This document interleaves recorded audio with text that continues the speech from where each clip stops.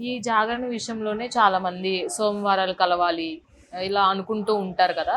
అది నిజంగా అవి ఉంటాయా? అసలు ఏంటి దాని అయితే ఈ ఫస్ట్ నేను మీకు అర్థమయ్యేటట్టు చెప్తూ ఉంటా ప్రతిది కూడా. ఎందుకంటే మనకు బుక్స్‌లో గ్రంథాల్లో ఉన్నట్టు చెప్తే అర్థం కాదనమాట. ఒక వారానికి 7 రోజులు.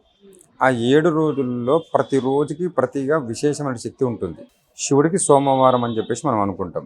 ఆ సోమవారం వచ్చినప్పుడు శివరాత్రి ఉపవాసం పట్టుకుంటే మనం ఇంతకు ముందుకు చేసినటువంటి ఏదైనా తప్పులుంటే అన్నీ క్షమించబడి నువ్వు శివుడి ధ్యానంలోకి వెళ్ళిపోయేదానికి ఛాన్స్ ఉంటుందన్నమాట.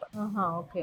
సోమవారం నాడు ఫస్ట్ టైం మనం సోమవారం నాడు పట్టుకుంటే ఇంత ముందుకు మనము ఇన్ని రోజులు చేసినటువంటి ఏదైనా దేవుని నమ్మకపోవడం కానీ, చెడు కానీ, తినడం కానీ, ఇవన్నీ ఎవరినన్నా మాటలు మాట్లాడడం కానీ ఇవన్నీ కూడా క్షమించబడి ఆ సోమవారం నుంచి మీరు శుద్ధులైపోతారు. మంచిగా శుద్ధ మీకు మంచి జరుగుతారన్నమాట. మీ యొక్క శరీరం తొందరగా ప్రతి వారానికి ఒక ఉంటుందండి. ఇప్పుడు మనం సోమవారం ఉన్నట్టు మంగళవారం పనిచేయలేం, మంగళవారం ఉన్నట్టు బుధవారం పనిచేయలేం, అదేవిధంగా శనివారం ఉన్నట్టు సోమవారం ఉండలేం, ఆదివారం ఉండలేం. దీనికి ముహూర్తాలు అంటారు కదండి.